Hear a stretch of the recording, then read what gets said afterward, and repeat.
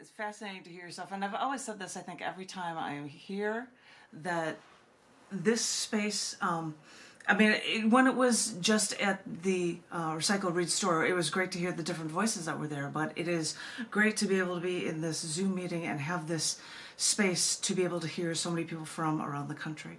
And I really value it. I just want to let you guys know that. I think it's really cool. And I hope you guys like it too.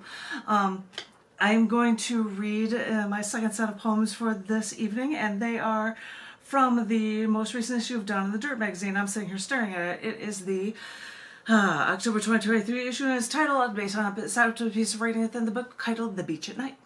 And I had to use this photo for it. It's a dusk time photo of Naples Pier in Naples, Florida, because last year, it's really hard to get the shot for it, but this was where I would go.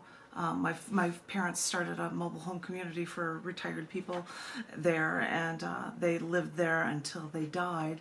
And this was a place I would always go to in the winter times. It was, everybody would be like, what are you doing for Christmas or spring break? I'm like, I'm going to Florida, but I'm going to hang out with a bunch of retired people. It's not as exciting as it would sound. Or people like thinking I'm going for some spring break festival. But last year, Hurricane Ian pretty much destroyed the Naples Pier, which is like the hugest tourist attraction of this town, and so they're working on over millions to be able to reconstruct it again. But I'm like, but at least I've got a shot from it, and needed to include that for my shot for the beach at night for you guys. I'm going to share with you 3 poems that are in the end of this book. Haha, I'm looking at their photos now. Holy cow, they've got so many pictures of performance art shows with them, and the first one I've got it right here, which I've got them on a screen, so I'll probably try to show them in color for you guys as well. This first one is titled Killing the Survivor Bug. Once springtime came, we went to a bar. I got a picture of light, fruity beer that was great for spring weather. But with spring came a whole new fleet of tiny little insects that swarmed the syrupy liquor bottles, because they too were looking for something sweet. So at one point, I had a full pint from my pitcher of sweet, fruity beer. The glass was just sitting there, and that's when I noticed a bug on the top of my beer. Apparently, he was thirsty too, but he had just flown there, and I thought, just get him out, place him on the bar to see if he'll live. And so he placed the bug on his finger, moved it to a bar, and let that bubble of beer on his fingers glide the bug to the bar. And then we waited. And no more than 10 seconds later, this bug moved out of the water, and I screamed, he's the survivor bug! Before the bug got enough energy together, he actually flew away. And this is such a frivolous thing, but I mean, it was spring. It was time to celebrate. Think of it as life anew, and we laughed and enjoyed our beer, because I'm sure the alcohol wouldn't kill any of the germs from this little bug, and we went back to socializing.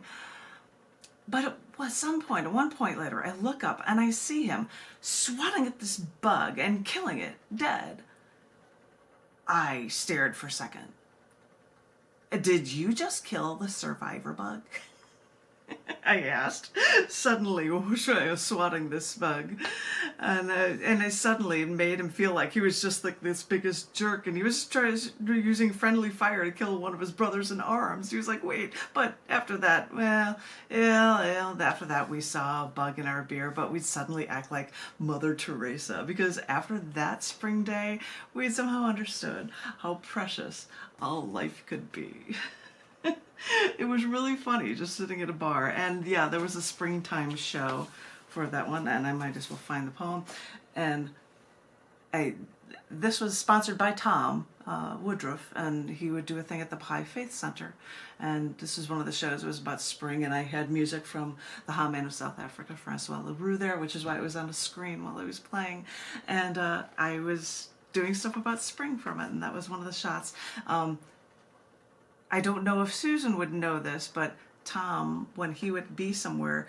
Oh, hey Tom, here's my camera. I'm gonna go up and read, and all he would do is like snap, snap, snap, snap, snap. I'd have like 150 shots from reading a poem or two, and I'm like, you've got to be kidding me. So it's probably one of the shots that he had taken, or a video still, or something. But this next one has something from another show at the Baha'i Center and another show in Chicago as well, and this is the Future Imperfect edit, dun, dun, dun, of the poem I'm Not Sick, I'm Not Well.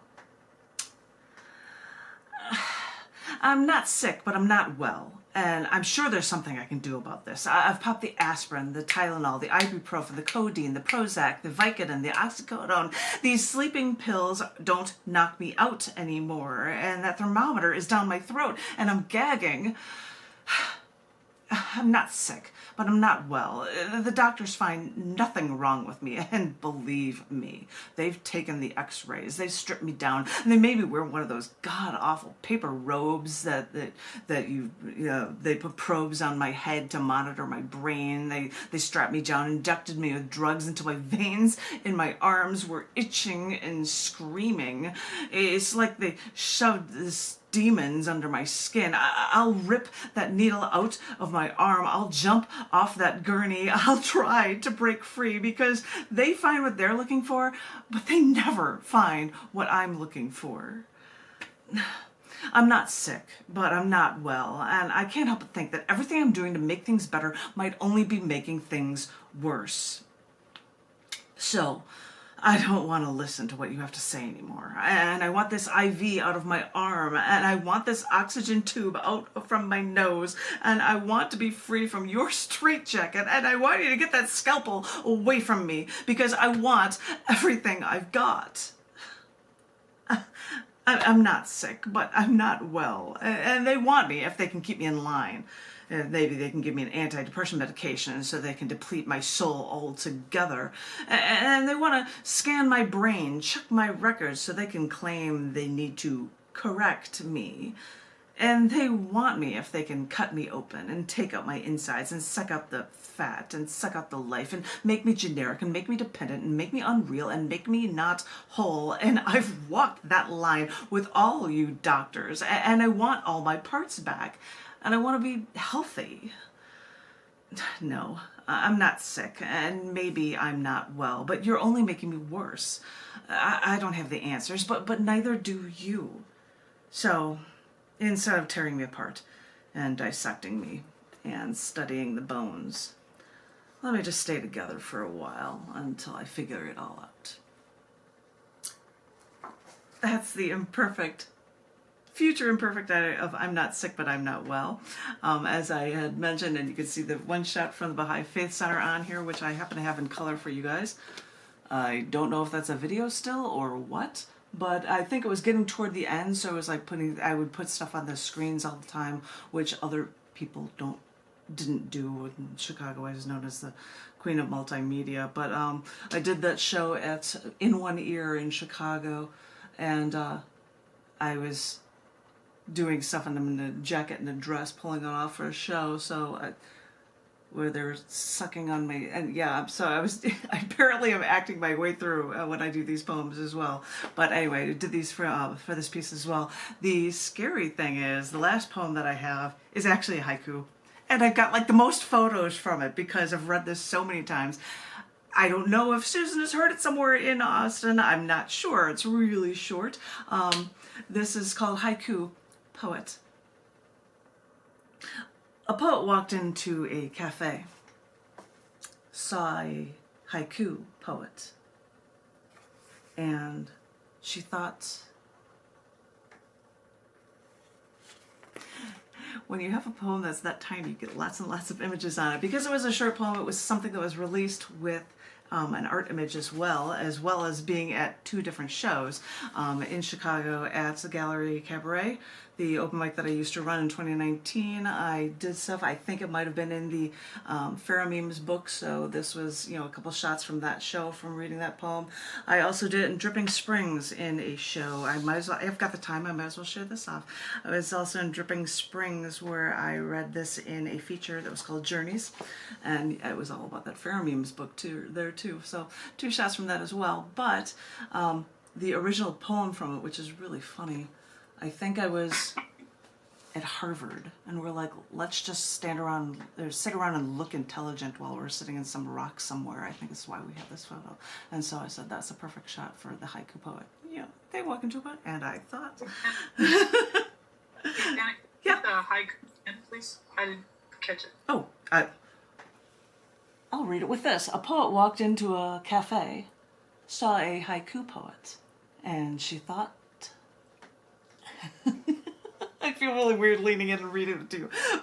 But that was that one. Yeah, with haikus, you're supposed to read them a couple of times. A poet walked into a cafe. So, and of course I've got it broken up differently in the thoughts for it. A poet walked in to a cafe, saw a haiku poet, and she thought.